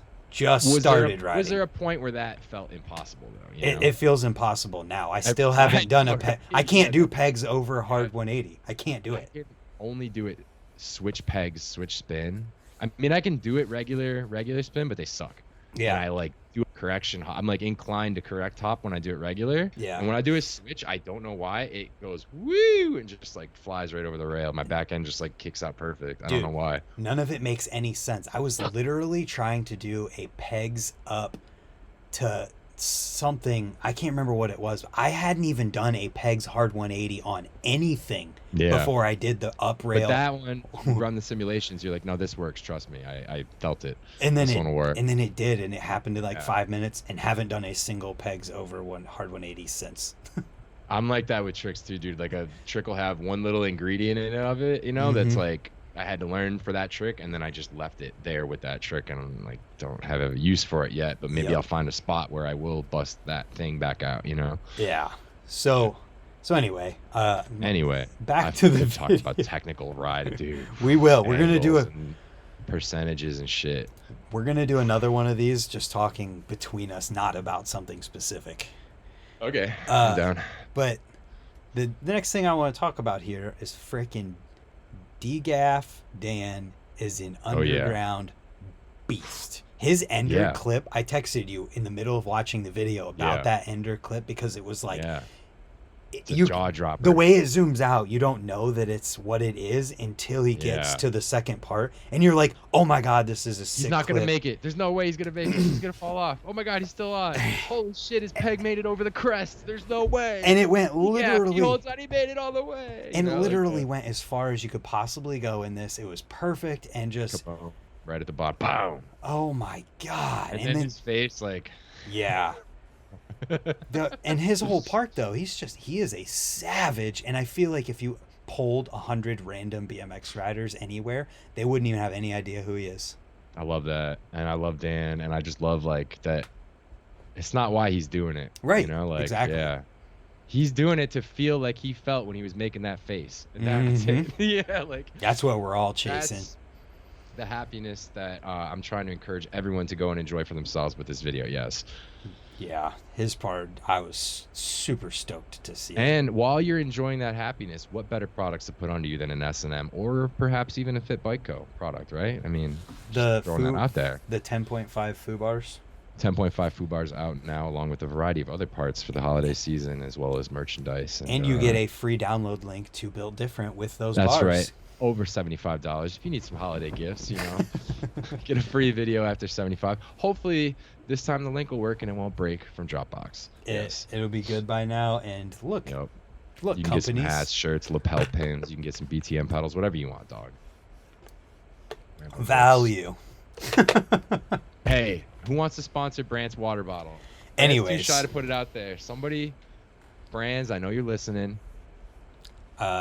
How much? How much for the water bottle? Let's start the bidding at 69 cents. No, you gotta start high. Some of these brands, you know, I would start it at 60 seats. We'll start it at 60 seats. Okay, that's fair. A month for the water bottle sponsorship spot. I have heard there's a lot of seats are like a currency nowadays. I heard that you could be pro for S&M and get 60 seats. I might put on a new seat. I like my seat though. I ride an S&M seat. You should buy one. Anyway, hemp. I ride the hemp slim. Pivotal. Now that plug is gone, Chris Childs is raw. Raw as fuck. Chris Childs is raw. That's my reaction to his section, because you know what's funny? We were making. So raw. Sorry, go ahead. I interrupted. That's it. That's all I had to say. Chris Childs is raw. We were editing, and then everyone was like, heavier. And I'm like, a little heavier for song. They're like, heavier! And I'm like, I'm going to go as heavy as possible. And then me and Chris kind of talked about it. And fucking go crazy. And then we just made it super heavy. And then it was awesome. And then the way the songs were set up, I thought that too heavy there. The next song was like a lighter song, but I switched DGAF's song too to kind of be heavy as well. Mm-hmm. So it's like a punch kind of in the middle of the video, hits you in the face, like a little bit of like a high energy, like the two guys punching each other in the face. Oh yeah, yep. Kind of meant to be like, wake the fuck up, you know, like. Yeah, and his part, wake the man. fuck up, hey, put your fucking phone down, you know. Turn that shit off. It's built different. Dude. Yeah. That's his section is so good because he's one of those riders like DGAF who's not like on the internet all the time posting clips every single day. Right. He's kind of underground and just when something comes out, man, he is killing it. He's riding. He's busy riding. Yeah. He has a street backflip. And Chris's BMX is fuck, man. He like, you know, he works at a bike shop circuit out there, and they have such a cool like kind of hub for the scene that they built, you know, and like. Right. Every time I go to the shop, there's riders just hanging out. We go ride street, and there's spots near there, and I think there's a skate park not too far, and it's just like those are the little communities that are like on the back end of all these riders. There's almost like little communities like that, you know, too. Mm-hmm. Like everyone has their own scenes, that they're like kind of the representatives of that are like appearing in the video. And Chris is like B Cave represent, you know, like circuit represent, fucking we're here, like, and then. Yeah, it's like, yeah, man, I fucking love it. Shout out to Sean too, Chris's filmer, because he really came through. Did a great man. job. His section is super good. We could not have done it without him. So thanks, Sean, and thanks, Chris, for going so hard. Chris did a street backflip, and I'm pretty sure it was off of a wedge. Yeah, just saying. It's weird because it was a wedge and then it bent when you hit it, right? So like that makes it almost more fucked. Like he's got to judge the. Chris has in real time as well. He's a bike. He can simulate it in his head. He probably ran it a few times. Mm-hmm. And like you said, you do got to hit it in real life. You can't just fucking think about it. And you got to actually physically examine and material wise, like does this wall ride bounce? Or is this gonna hit this? You know, like that type of shit is important. Yep. But Chris is. Like a biking genius, dude. Like I don't know, sometimes I feel like people who are really good at riding, and this isn't about Chris, this is like about me, it is about everyone. Like us bike riders might not have the best, like other areas of our brain might not be as developed as what we have chosen to dedicate toward riding, you know. Mm-hmm. Like social skills might not be there. The battle pass in Warzone 2. Yeah, exactly. So like exactly. So what? Yeah, so okay. Sure. And, no, you go separate ways and develop it in certain directions. Yeah. You're not linear. I got you. Yeah. Yes, just like the battle pass in Warzone 2. So yeah, like Chris and his method, it's like, yeah, Chris is just a fucking diamond, dude. He is formed and it's just his own thing. Yeah. He's fucking underground raw. It's crazy, dude. And not in a bad way, man. I like all my friends are crazy. You know, they're kind of, this whole shit we're doing is crazy. Like, we're going to go behind a building and you're going to jump off that fucking thing and you're going to like, and I'm going to lay on the ground and I'm filming and like, you know, someone comes around like, what the hell are you guys doing? Like, for real. Like, you guys are grown men. Like, the whole thing's crazy. Yeah. Yep. But that's okay. Go get crazy. Yeah. So Chris Childs. Thank you. Yeah. He's got that dog in him. Yeah. Childs. That's a great point. So we should maybe, before talking about another street rider, take an intermission and talk about some trails. Lucas and Nathan Hallahan shredding the trails. I love the Hallahan fam. Dude, I got to go down and finally meet the family in person. Yeah. Mike, Jen, Casey, Shane, Lucas and Nate, all the dogs. And it was like really some like, you know, one of the things that you encounter as like a bike rider, like I'm sure you have, where you're going to either someone's house that you've never met to stay there, and you're on this adventure. Like I'm driving out here in the dark to this place, you know, like that I've never been before. Yep. And it's gonna be awesome, you know, like that's you just have no doubt thing to do. Yeah, like this is not normal behavior of like, or like, yeah, like no doubt this is gonna be sick. Yep, Or like, you're not worried just like at all. it's kind of like back, going to a skate park or a spot that you've never been to, or a racetrack or something, and that anticipation and like. So when we were going to 9 Acres, I was like excited. It's like I hadn't felt really that level of excitement toward a mysterious adventure like that. And then the way that family just does their thing, and like, it's so beautiful seeing It's their pure. whole setup, how pure everything is there. And it's all just set up to enjoy being in the state of riding a bike, like Yep. doing it. And it was just like, we have a video coming up from that visit that's super special too, with Kareem and I going down there and eating a bunch of shit with them. They're killing it. And Doyle and Potosny came through, and a bunch of other locals, and just we kind of had like a vacation thing, like video vibe. But Nice. I can't believe, especially after seeing it in person, they got these new jumps too, dude, at the bottom that are insane. They were like 40 feet off the forest floor, like, Oh my God. like in the air, like off this fucking thing. And it's like, trail riding, when you see it in person, there's nothing like it. There's nothing like street riding in person is terrible. You're like, when's he gonna land it? Like, Trails, you have I no love street riding choice. in person, but when you say you're like in the woods and people are riding trails, number one, being in the woods is awesome, Mhm. So you got that kind of relaxed nature. I'm in touch with nature, but then they built these insane things, and they're just doing it, and they're just airing so high, and they're like, it's just like, it almost feels like you don't want to tell anyone what to do, but that's like, it almost feels like that's what we all should be doing as humans, is just expressing ourselves like in a form that we feel. And like, unfortunately, capitalism, doesn't support that, and we all have to, work hard to keep selling these bike parts and keep doing, the things that pay the bills.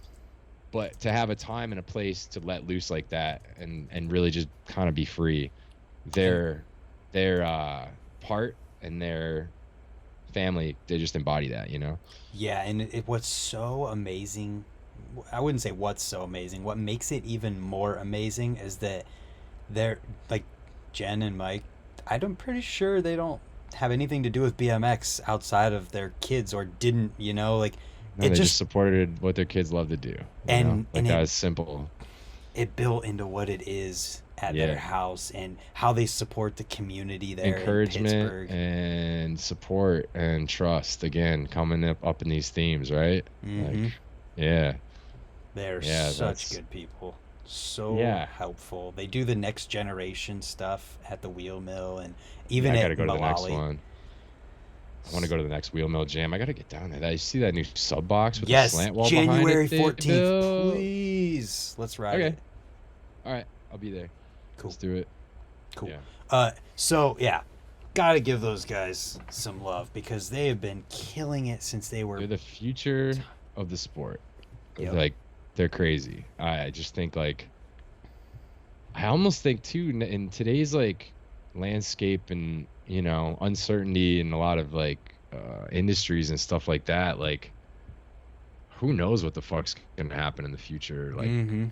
the direction things are gonna go. Like, I see clips of people bike riding on the internet slowly increasing in value, like, and it's starting to get to where, like, YouTube and Instagram now and Facebook and TikTok all are cutting checks for riders, like, that are putting up clips, like. Mhm. So I think you should never pursue bike riding for money, because you're gonna have a bad time. Yeah. Pursue it It's for a the bad love. investment.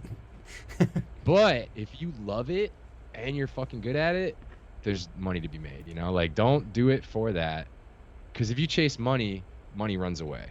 That's why that law of attraction shit doesn't work, because you can't fucking think about money and I'll just be rich because I'm thinking about it. But yeah, if you just like make something cool, hopefully there's enough people out there that want to like support it and fuck with it, Yeah, I think there's a certain face value of the law of attraction thing that is exactly what you're saying, and that it doesn't work at all. But when you really get it, it I'm not gonna say actually it doesn't does. work. It's like a roundabout way of like I believe in karma and shit like that too, but in a roundabout. And it's not like addition and subtraction. It's very complex Hmm. algorithmic shit that we're dealing with here.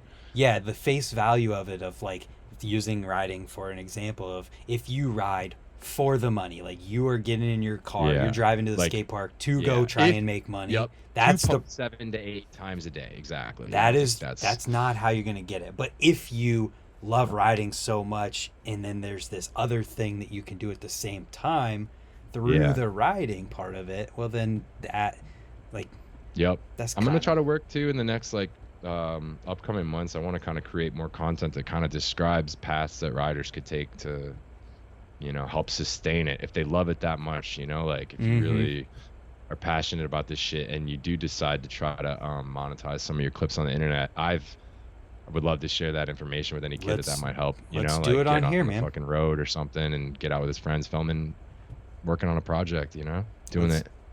I That'd have be cool. well, I did one with Dorito talking about how you can like set yourself up financially once you get to the point of like being Yeah. able to make money. So it'd be cool to do Yeah. with one with you about actually Oh, avenues to do it. I lived I lived off $100 a month for like 3 years probably when I first was trying to do this like rider shit, like so Jeez. I could give some recipes. It's just- Yeah, let's Buy eggs, a lot of eggs. Eggs, get peanut chickens. butter, potatoes. You chop up the potatoes, you fry them up, you throw the eggs in there. Woo! It's You like are a a cook. $1.20 meal in the morning, and you got to make that. I don't know. You don't have to. There are ways to sort of like make a little bit of money that you can use to ride more, and create more if you choose to, or if you just want to go ride and not create, that's totally cool too, and you can carve out a little more time to do that as well. Pay for Yep. the gas to get to your spot or whatever. Yep. Um, More yeah. BMX episode on that So coming soon. yeah. So my thing is, the point of that was sort of like the Hallahans, for example, like they're not doing it for the money, Mm-hmm. but I think in the future things like that could be sort of viable as like a business. Like that's my, like trusting your kid's heart and support their passion and don't worry about the money, and that shit'll sort itself out. Though is the main issue, the main thing here. You know what I mean? Mm-hmm. Yeah. Yeah. Wholeheartedly agree. Uh, I feel like we can't talk about this whole video without at least bringing up Clint Reynolds, Oh my God. Yeah. because Dude, he's so good. I like that he had another like bowl obstacle, Fufnu variation kind of thing, like a Mm-hmm. nod to hot dogs. Like there's a bunch of things in the video that are kind of like shout outs to old S&M videos, like Easter eggs, So Yeah. Yeah, you that see was a them, good one. shout them out in the comments of this video. Any Easter eggs you might find in the video. There's Yes. a lot of stuff like that. A lot of stuff like that kind of hidden in there. Stuff from previous S&M videos and previous videos from each rider's personal catalog. You You know, are, that's how you, I love that you think that way when you're making things. we're all the sum of our choices. There you go. Yeah. That on that note too, I had to talk about Cam Wood's section, because first of He's all, the back, baby. song, I mean, he's been back. Yeah. the freaking That's his song theme was so song. freaking So I'll tell you a perfect. funny story. He has used that song before, Oh, okay. but I could not have used any other song for Yeah. Cat. Like he was like, dude, we already used this. And I was like, I know. Like, trust me, it's okay. Like, this is like, I don't know, if you can make videos that try to compete with every other video. Mm-hmm. I kind of wanted to make a video that was sort of not above or better or whatever, just like kind of outside of that, not follow those rules, like, and that goes with that of like, Yeah. Cam, this is your song, bro. Like, this is when see you riding, I hear it in my head, basically. It's like Mm-hmm. it's like I associate that really tight, and I try to, when you're editing a video, I try to like make as many connections like that as I can. Yeah, and I, I don't think there's anything wrong with using a song more than once, partially because I've done it for theme song. myself several times. I think there's Yeah. something cool about, 10 years Yeah. later going back and you watch Yeah. each one and you're like, Yes. how did I approach it this time versus Yeah. 5 years before that? So I think I might Yeah. I'm probably going to use the same song I've used multiple times in the next video You're that I'm working on. you are limiting yourself if you don't. Yes, exactly.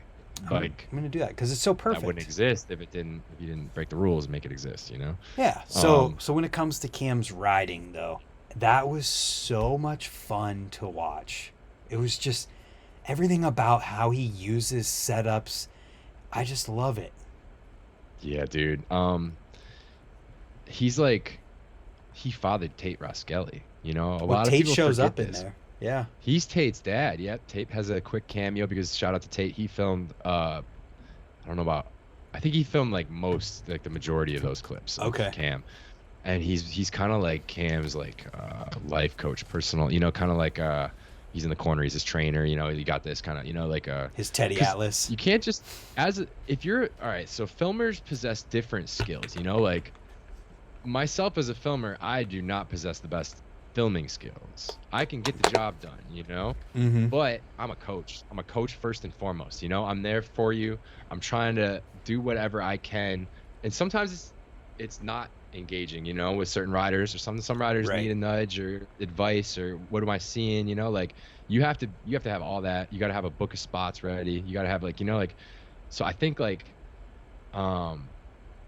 I think I forgot what the initial question was. We're just talking but about Cam Wood and how creative he is and how oh, fun it Tate, is to watch. going And back then to Tate, yeah. Tate is a great filmer. I'm sure he doesn't identify as a filmer, but he possesses all those kind of skills I was just describing of like he's very analytical. He's looking at the bike routing, where people's tires are, where their hands are, where their weight is, how it's distributed, leaning back, leaning forward, leaning left, right, keep it centered, like speed, angle of approach, all those little the shit that we talk about on the me and my friends will shout shit out all that doesn't even make sense, you know, but it's like yeah. And shorthand almost because we've been doing it for so many years, you know, like, and you could see it coming through. Like Cam's a masterful rider, and then Tate coaching and shit kind of brought it in. Hopefully we don't get him in trouble with with his sponsor GT that he was working on this video. I wouldn't think. I mean, care. I would He had his hope helmet not. If they He had his helmet care, on when he filmed the whole time he was filming. I just thoroughly enjoyed that part. And it was a nice, like, talking about being well-rounded. It was a street Yeah. part that was super creative in the midst of people like, you know, Hoder and Mike Stahl and you. You're a great example too of like you're not doing the conventional stuff, but then you look at like Mike Stahl and he's hitting big rails and doing crazy stuff, and it's all there's so much different pieces to the puzzle. Different, something for everyone kind of thing, and Built different. It's just I think it's better like that than if everyone rides the same.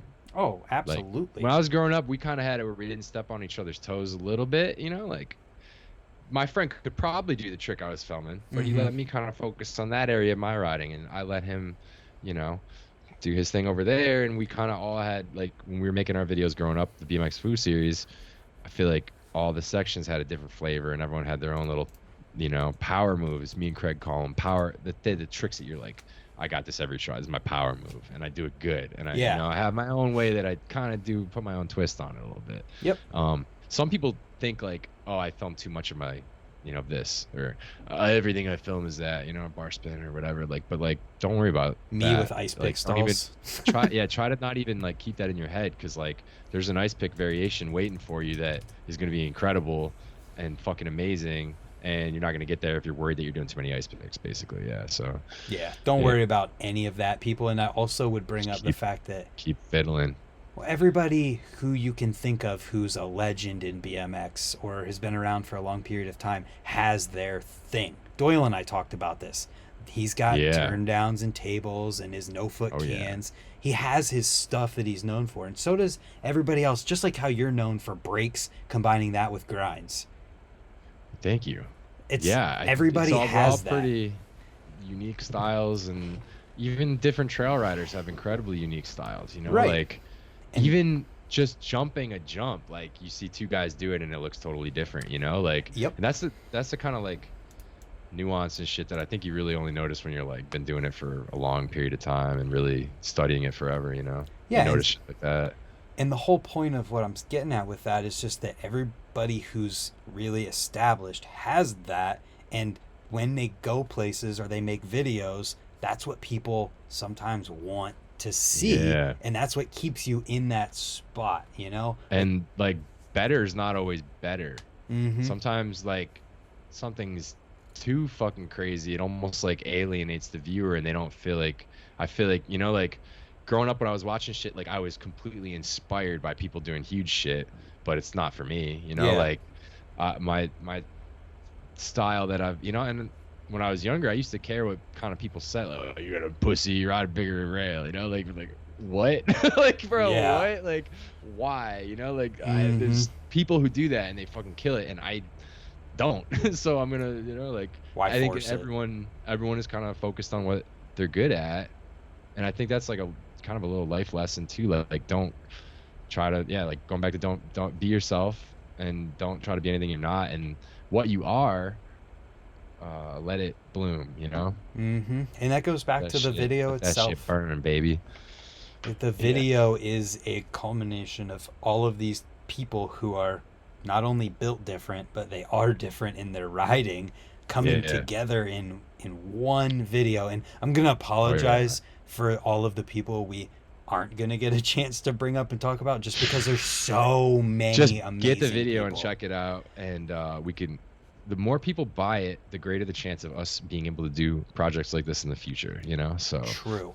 And if you if you enjoy it, we really appreciate the support. You know, right, and it's linked in the there are no description down guarantees. below. You know, yeah, linked in the description down below. Uh, Thank you. Yeah, and what I was gonna say too, and part of that is just there are so many legends in this video. Biz is in yeah, here, dude. Doyle's in here, Troy McMurray's in here, Chris Moeller has clips in here. Oh So yeah, many good ones too, dude. He's still legends. killing it. Yeah, he Of threes a course, he's dirt still jump, killing it. right? Yeah, Yeah, man. He's riding. He's enjoying riding, yeah, it's so sick. going riding, being riding. And yeah, he got the compound. I saw you guys. Everyone needs a compound, you Yep. know? Every This is my compound in here, though. I have like more of a digital compound, but everyone needs something. in the metaverse. I have a metaverse compound. uh, but It's so right by downtown Al Mazra. I don't get that reference. That's the Warzone map, the new one. It's in a building within There's that. some spots in that bad boy too. I tell you what. I hate seeing those like spots in a game or Right. spots that you can't But you can ride ride. them in your head. It's just, you know. It's different though, because I want to actually ride them. Yeah, but you don't have to get hurt. You could be like, man, if this was real, I would do that trick, and then no one could be like, no, you wouldn't. You'd be like, I definitely would. Fair enough. But on that note too, so videos out, it's available. You worked on it for is how long at this point? 100 years. 100 years. Every day for 100 years, and 100 days, and 100 nights, and 100 years. No, it was like all year. And like I said, like many different forms that like different forms that it took. Mm-hmm. So some sections I edited that part 5 times, 6 times. You Yeah. know, like different songs sometimes, or just different trick order, or tighter or looser, or upside down. And usually we're like, no, turn it right side back up, you know, like just see if it would be better, I but it mean, wasn't, you know. sometimes you Yeah, got to do that to see what's the yeah, best, right? just to fiddle with it. Yeah, just, you know, I'm not tied to anything. I'm just, you know, try something. Is it better? No. Yeah, like optometrist, you know, like better? Yes, no. Yep. What's better? 1, 2, 2 or 3, 3 or 4, you know, like that shit. Yep. For anyone who has perfect vision, when you go to the eye exam, this They thing, have a thing they that they show put in front of you. your face, Yeah, it's a helmet, kind of like a VR kind of setup, and they say and which the is, glasses rotate. yeah, they switch out, and then you go 2 is better than 3, and then they stop at 2, or you say 3 is better, they keep going to 4. Anyway, But with the video being done and all of which that, video? built different. It's done. It's Woo! available now. Available now in the link, baby. What? How do you move forward after this, and like what is next? Yeah, that's like how the question after every video. Like we made S&M wins happen right before the quarantine, Yep. and that one at that point, that one felt like the most special video that I could make at that time, that summed up what we were about, what we were feeling. You know, like, and then the fact of the matter is, you just keep creating, and then before you know it, there's something new that's here that's special that you can't believe exists, and then Mm-hmm. go back to creating, and you get frustrated, and you think it might never happen again, and you think you're washed up and you're done, and you think it's over, and you think there's no way we're gonna, and then you have a boom, there it is.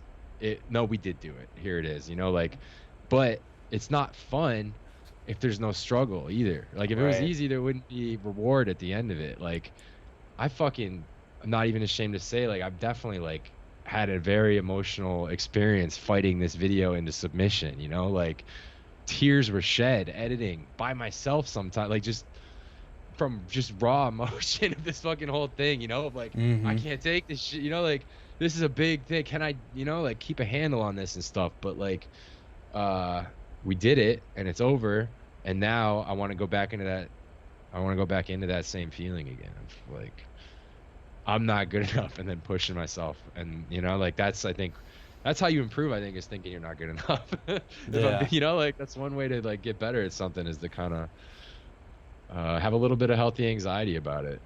That could be a good mindset. Healthy anxiety level. And a little bit of anxiety is good for you. I think at the same time, the way that this was approached with filmers from everywhere and clips from everywhere, it's something that you'll be able to improve upon and like refine the process and do over and over again and make it better each time. Yeah, we had the systems in place. Everyone's stoked, and most importantly, they saw that it worked. Yep. So I think that I'm anticipating that the oil well that we were discussing is going to be, you know, fruitful for years to come, but we'll see. Yeah. I'm very, dude, just the amount of incredible riders, and like, it's like like literally a dream come true, you know, like for me to be here making this shit. Like, I can't believe the people that are involved with this shit. It's crazy. Yeah, and, dude. Like you said, the system's in place now for that shit to just keep rolling. So it's like kind of insane. And yes, there's always going to be a place for that filmer, because the filmer with the good camera can film it and then send that and submit it to the larger thing. Yeah, we work with people who are filming on cameras, and we work with people who are filming on iPhones, and we work with riders who put their phone down on the ground and film themselves, and that's okay too, because that's what they're doing. And I tell like some of the riders, especially like when a rider, you know, you're used to being on top of your game, and as you get older, obviously, physically, you know, you start to not be as quick reflex, not be as strong, not be as whatever, you know. But I try to express this to the older generation riders above me of like, dude, nobody cares what you do. Like, I've had this discussion with a lot of riders, because I think especially like in the 90s and early 2000s, it was kind of a hostile, like BMX was a little more hostile environment, not in a bad way, but like in a, yo, you didn't land that trick good, you know, like, get back out there, like, you rolled out the wrong way, asshole, like, what the fuck is wrong with you, fucking pussy, like, you know, like the anonymous it was always era. with love. Yeah, it was always no like in person. I mean, like at skate park, back in the day, like I remember coming home from the skate park fucking crying and shit, because like some older dude, like, you know, I've heard about that with yelled at me for dropping in wrong, or, you know, like whatever, grinding on the wrong side type of shit. So I think like older dudes have a little bit of like a voice maybe of like the bully from that era, but I'm here to say that bully is gone, and I just want to see all the OGs just like do whatever form of riding that they're doing. Like, I want to see people in their element. I want to see whatever. I'm trying to think of like an obscure rider who hasn't been around for a while that we haven't seen. Whatever the Gonz is doing, if he's riding a beach cruiser in, you know, at Manhattan Beach, I want to see that. I don't care. Yeah. Like, I just want to see like. Rat Boy is a good example, because he's just recently coming back. Yes, yeah, and like, I don't care what tricks he's doing at fucking all. I want to see what it looks like when he's just riding on his bike, and what he looks like, and, you know, like, that's someone from my childhood that was like a fucking superhero or something, you know? Like, these Marvel movies, they milked this shit for years. Like, why? I don't want riders to go away. Literally? Just, you know, you don't have to be at some fucking level. It's about riding. You get me passionate here. Freaking they killed Wolverine. Guess what? He's back. He's coming back. Because people fucking love Wolverine. That's right. People fucking love Matt Berenger too. That's right. Exactly. Yes.